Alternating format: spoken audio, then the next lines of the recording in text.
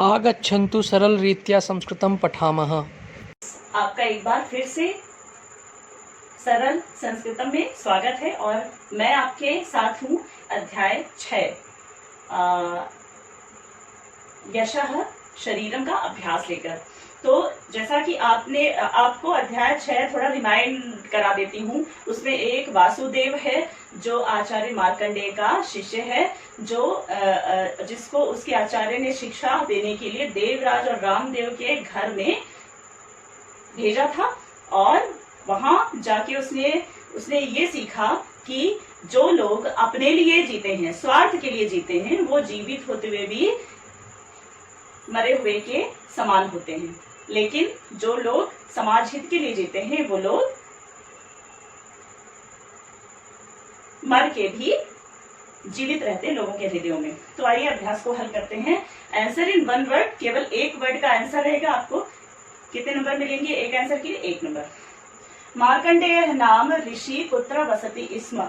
मार्कंडेय नामक ऋषि कहाँ रहते थे? इसका आंसर क्या होगा? गंगा तीरे। ठीक है। क्वेश्चन नंबर 2, वासुदेवः कस्य प्रिय शिष्य आसीत्। वासुदेव किसका फेवरेट स्टूडेंट था? किसका था? मार्कंडेयस्य। जैसा जिस विभक्ति और वचन में आपका ये क्वेश्चन वर्ड रहेगा, उसी में उसका आंसर भी रहेगा। तो इसका आंसर होगा मार्कंडेयस्य। वासुदेवः प्रथमं कस्य गृहं प्रति प्रस्थितः। वासुदेव सबसे शुरुआत में किसके घर में गया था? आपको याद होगा कि वो शुरुआत में देवराज के घर गया था। तो आंसर क्या हो जाएगा? देवराजस्य। और चौथा है रामदेवः कस्मिन् ग्रामे वसति स्म। रामदेव का गांव कौन सा था? किस गांव में वो रहता था? किस में रहता था वो? रामनाथपुरम। ठीक है। और आखिरी क्या है? जनाः प्रतिदिनम कम स्मरन्ति स्म। लोग रोज किसको याद करते थे? किसको याद करते थे? रामदेव को याद करते थे। आंसर क्या होगा? रामदेवम। और अब हम एक वाक्य के उत्तरों की ओर चलते हैं। मतलब हमको अब एक वाक्य का उत्तर लिखना है, एक शब्द में नहीं, एक वाक्य का उत्तर लिखेंगे और उसके लिए हमको मिलेंगे 2 नंबर। ठीक है। कह मृतोपि जीवति। कौन व्यक्ति होता है जो मर के भी जीवित रहता है? इसका आंसर क्या है? यह समाज हितम चिंतयति। जो समाज के लिए चिंता करता है, सोचता है, समाज हित में कार्य आदि करता है, वो व्यक्ति मर के भी अमर हो जाता है। दूसरा क्या है? कह जीवन नपि मृदः एव। कौन जीते हुए भी मरे हुए के समान रहता है? उत्तर क्या है? यह स्वार्थ मात्रम चिंतयति। जो व्यक्ति स्वार्थ मात्र अपने लिए जीता है, केवल स्वार्थी होता है, वो व्यक्ति जीवित होते हुए भी मरे हुए के समान होता है। देवालये किम प्रचलति स्म। आंसर क्या है? प्रसादत्वेन भोजन वितरणम। भंडारा हो रहा था देवालय में ना, है ना वो। और तो आपको अब क्या करना है? जो ये क्वेश्चन वर्ड है ना, इसको आंसर से रिप्लेस कर देना है। ठीक है।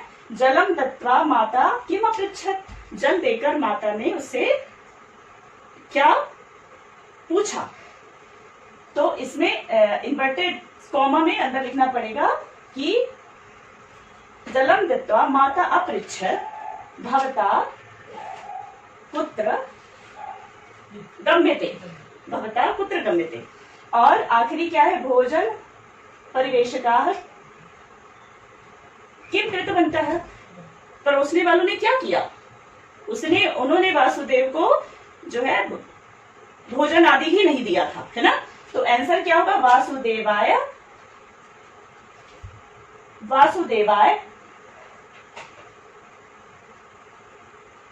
पायसादिकम न परिविष्टवन्तः।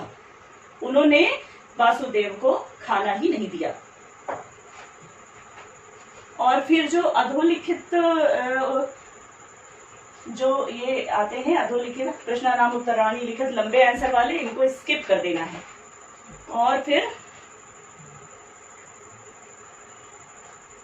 अब क्या है, दिए गए शब्दों से रिक्त स्थानों को कंप्लीट करना है, भरना है। तत्र प्रसादत्वेन क्या हो रहा था, भोजनम हो रहा था, भोजन हो रहा था, भंडारा चल रहा था। वासुदेव कच्चित देवालयम अपश्यत, वासुदेव को वहां एक मंदिर दिखा। मया रामदेव से जीवनम अनुसरणीयम, मैं रामदेव के जीवन का अनुसरण करूंगा। और चौथा क्या है, गुरुकुल में बहुत सारे शिष्य थे, बहवः शिष्याः आसन। और आखिरी क्या है, बीच मार्ग में उसको एक गांव मिला, सोमपुर। तो यहाँ पे क्या लिखिए, मध्य मार्गम। और फिर अब है यथा योग्यम योज्यत, सही जोड़ी, ठीक है ना।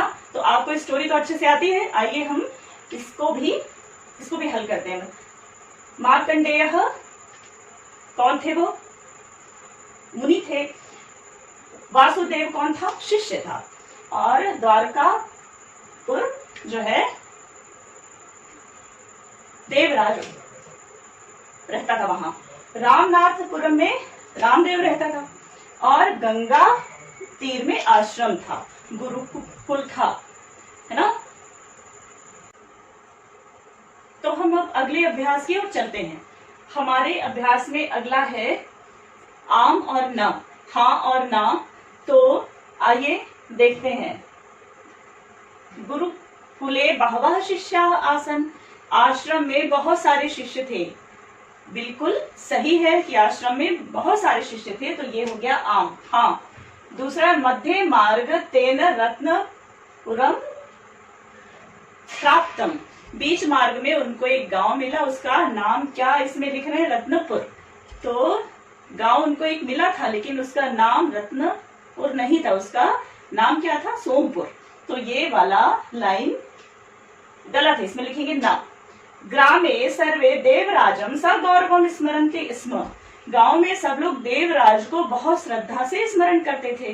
देवराज वो वाला है, घमंडी वाला व्यक्ति, है ना। तो देवराज को कोई याद नहीं करता था, उसको तो नाम ही लेना नहीं चाहता था, है ना। तो यहाँ पे है ना, ये भी वाक्य सही नहीं है। रामदेव प्रातः स्मरणीय आसीत, रामदेव जो था वो ऐसा इतना अच्छा व्यक्ति था कि लोग उसको सुबह सुबह भी याद कर लेते थे, जैसे ईश्वर को याद कर लेते हैं। ये बिल्कुल सही है, आम। और रामदेव से गृहम वैभवो पेतमासीत, रामदेव का घर बहुत आलीशान था क्या, बिल्कुल नहीं। रामदेव का घर तो बहुत साधारण था, झोपड़ी जैसी थी, है ना। तो ये वाला वाक्य गलत है, इसमें करेंगे ना। और अब चलते हैं मूल शब्द विभक्ति और वचन की तरफ। तो कूपार्थ, इसमें मूल शब्द क्या है, कूप, इसका अर्थ क्या होता है, कुआं, है ना। और इसमें पंचमी विभक्ति एक वचन है। अगर आपको राम का रूप याद होगा तो आकारांत सारे रूप राम जैसे ही चलते हैं। गंगा तीरम में सप्तमी विभक्ति एक वचन है। दानेन में दान शब्द है, जैसे रामेन वैसे दानेन, तो तृतीय विभक्ति एक वचन। और अस्मद मम में अस्मद शब्द है, अस्मद शब्द है षष्ठी विभक्ति, मम में अवयव नौ, अस्माकम नः, षष्ठी विभक्ति एक वचन। और तम में क्या है, तद शब्द है, द्वितीय विभक्ति है, एक वचन है। ग्रामे में ग्राम शब्द है, गांव, ग्रामे वैसे रामे, सप्तमी एक वचन। और अब प्रत्यय में चलते हैं। तो गंतव्यम, अंत में जो आर्य ध्वनि उस पे कंसंट्रेट करना है। तव्य लिखा है ना, तव्य, गंतव्य, इसलिए इसमें क्या है, तव्य प्रत्यय है, गम धातु है। और यह है प्रस्थितवान, वान अगर अंत में लगा हो तो उसमें तवतु प्रत्यय होता है। तो इसमें है प्रउपसर्ग स्था धातु और तवतु प्रत्यय। और प्राप्तवान में भी वान लगा हुआ है, तो इसमें भी है तवतु प्रत्यय और प्रउपसर्ग आप धातु। और उक्त्वा में वच धातु के साथ त्वा प्रत्यय है।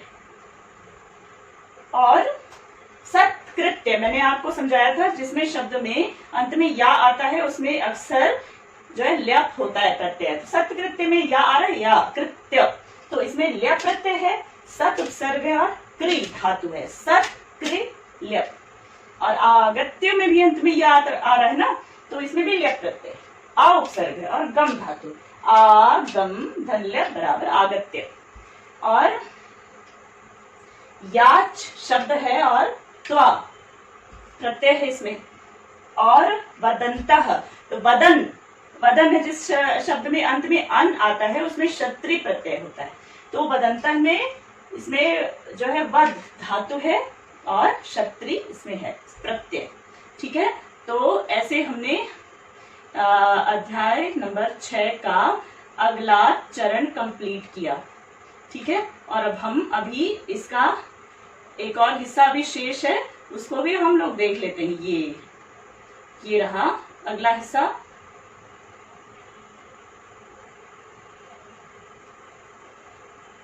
इसमें आपको समानार्थी शब्द बताना है ना, सिनोनिम्स बताना। जैसे मुनि, मुनि ही का है यतिः, यतिः।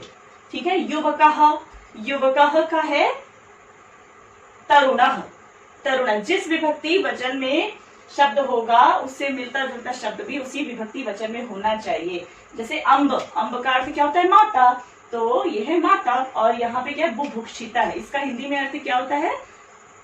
भूखा, भूखा होना।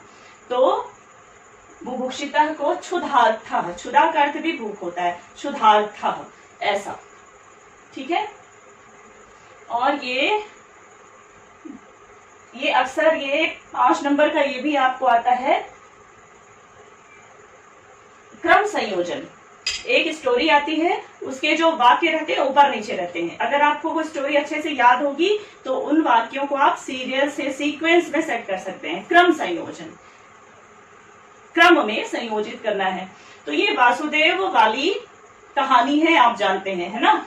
तो इसमें सबसे शुरुआत में क्या होगा? गंगा तीरे मार्कंडेयः नाम कश्चन मुनि वसति स्म। गंगा नदी के किनारे मार्कंडेय नामक एक मुनि रहते थे। इसको 1 नंबर पे शुरुआत में लिखना चाहिए। दूसरे नंबर पे क्या आना चाहिए? वासुदेवः तस्य प्रिय शिष्य आसीत्। वासुदेव उनका सबसे प्रिय शिष्य था, ये आएगा 2 नंबर पे। ठीक है, पहले लिखेंगे खा वाला, फिर लिखेंगे चा वाला। उसके बाद तीसरे नंबर पे क्या है? किंचित अग्रे गतः वासुदेवः कश्चित् देवालयम् अपश्यत्। कुछ दूर जाने पे वासुदेव को एक देवालय दिखा, मंदिर दिखा, ये आएगा तीसरे नंबर पे। और चौथे नंबर पे रहेगा शिष्यः अनंतरम रामनाथपुरम प्रति प्रस्थितवान। और शिष्य जो वासुदेव था उसके बाद वो रामनाथपुर की ओर चल पड़ा। और फिर आगे फिर क्या हुआ? तथा वासुदेवः रामनाथपुरम प्राप्य रामदेवस्य गृहम् अगच्छत्। उसके बाद जब वो आ गया रामनाथपुर तो वो रामदेव के घर गया। ठीक है, और फिर अंत में क्या आएगा? मया रामदेवस्य जीवनम् अनुसरणीयम्। मुझे रामदेव के जीवन का अनुसरण करना चाहिए। ठीक है, तो ऐसे इसको क्रम से लगाने के लिए एग्जाम में निश्चित रूप से आता है, 5 नंबर का रहता है। कहानी को अच्छे से याद रखिए, उसका सीक्वेंस अच्छे से याद रखिए, तो आपको बिल्कुल इसमें मुश्किल नहीं होने वाली है। तो ऐसे हमने अध्याय 6 का अभ्यास भी आज अभ्यास का हल किया मिलजुल कर। और इसके साथ ही हम आपसे ये आपको मैसेज देना चाहते हैं कि आप संस्कृत को मुश्किल मत समझिए, संस्कृत को आप रटिए मत, उसको समझिए। और जब आप उसको आप समझ लेंगे तो आपको सारे विषयों से संस्कृत सबसे अधिक आसान अनुभव होगी। जय हिंद।